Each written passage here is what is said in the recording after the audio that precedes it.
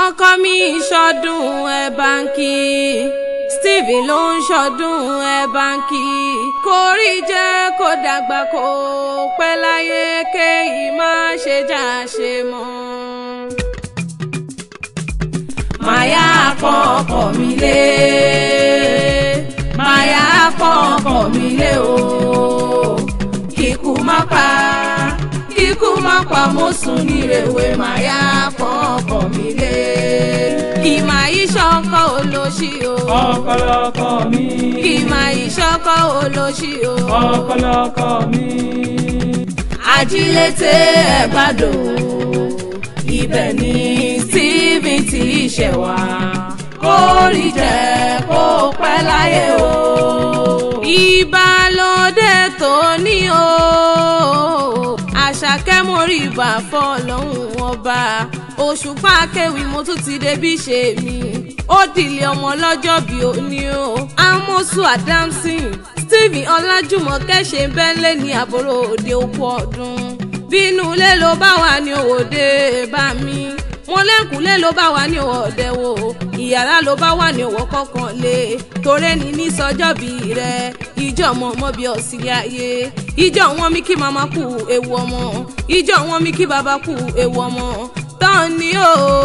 wọ́n ní ẹ̀kọ́ ṣẹ̀ṣẹ̀ gbàlejò tuntun ọmọ alálùbáríkà ni yóò mọ̀ jẹ́ orógbó ló ní ogbó obì ló ní obì kú dànù ẹ̀wà ló ní ọmọ wa kò sì mọ bẹ́ẹ̀ ọdún òní dé ká mọ̀ ṣe rọmọ òbí lórí àtẹ bàbá Serena Adamson mẹ́bí wọ́n náà ní kí n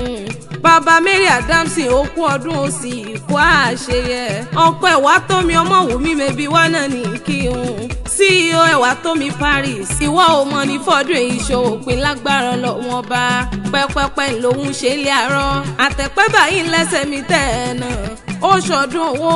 wàá ṣọdún ọlá wàá ṣọdún yìí láwùjọ ọdún onídé ká mọ̀ ṣe rọmọ òbí lórí àtẹ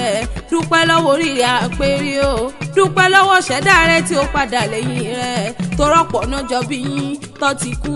ọ̀pọ̀ lójú lọ́tọ́ ti rẹ̀ wálé àṣà o a ò fi yàn wọ́n àfi gbogbo lódùmarè gani fún dídá tó dá ọ sí ìwọ ò mọ̀ ní fọ́dún èyí ṣòpin lágbára lọ́wọ́n ọba ọmọ wọn Lájílété Ẹ̀gbádò kú ọdún o aya rẹ ló pè mí sórí aago olólówó orí mi ni mo bọ̀ wá báńkì fi ayé mi wá báńkárí dùnnú mi ó lóun ti mojú rokun òun ti mojú rọ̀ṣà òun rẹ̀ níbí rẹ̀ nílé ayé ló ṣe ní kí wọ́n mọ̀ kí wọ́n méje mẹ́jọ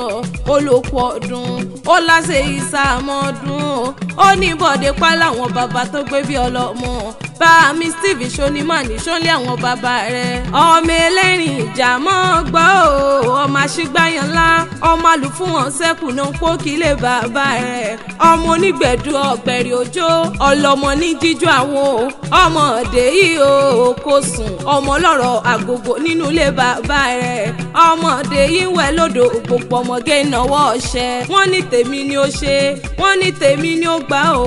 ọmọ àlejò má lè wòran náà kó kí lè bàbá rẹ̀ ọmọ ọmọ fàtàrí sọ̀rọ̀ mẹ́bẹ́yìn lọ́mọ owó yẹlé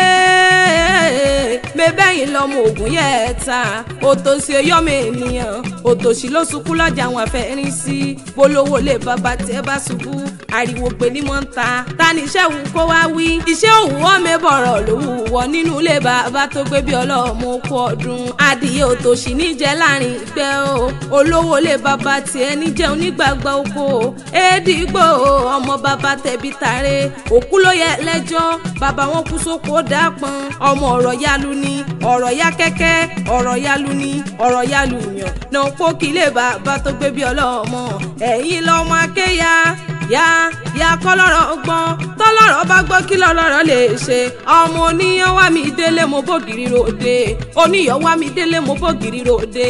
ògiri omi pọ̀jọ́ kà lọ ló bá di kókó nínú ilé bàbá rẹ̀ ẹ mọ̀mọ́jọ́ mi ó pọ̀jọ́ kà mí ló kú ọdún àṣẹ ìsàmọ́dún ọmọ wọn Lájílété Ẹ̀gbádò wàá sọdún owó wàá sọdún ńlá ìwà sọdún yìí láwùjọ aya rẹ̀ mọ rírì rẹ̀ ló ṣe ní káwá mọ̀ kí ọ méje mẹ́jọ olólówó orí mi ni o ìfẹ́ ayé mi ni ẹni bí ọkàn mi ni ẹ̀wà tómi ọmọ Wùmí olóko ọdún ó láṣẹ ìṣàmọ́dún ọdún owó ọdún ọlá wá sọ́dún yìí láwùjọ. mo ní Sọ́lá Ọlájùmọ̀kẹ́ Elizabeth àbúrò rí àtàtà ló kú ọdún o. happy birthday to you o. Amosu Adamson Stephen ti sọ́jọ́ bìlò ní mo wá kí o kórí jẹ́ o pẹ́ láyé. kó dàgbà kó dògbò kó dàgbà kó dògbò lágbára Ọlọ́run ọba. tọ́ba wọn níta ló ń kọrin èwì ìṣe ti gbọ̀rẹ́. Òṣùpá akéwì lèmi jẹ́ èmi la fíjọ́ akéwì tí wọ́n ń wí. àfíjọ́ akéwì tó gbòde ọmọ wọn lókè o. ìmọ̀ ìṣọ́kọ̀ olóṣì o. ọkọlọkọ mi. ìmọ̀ ìṣọ́kọ̀ olóṣì o. ọkọlọkọ mi.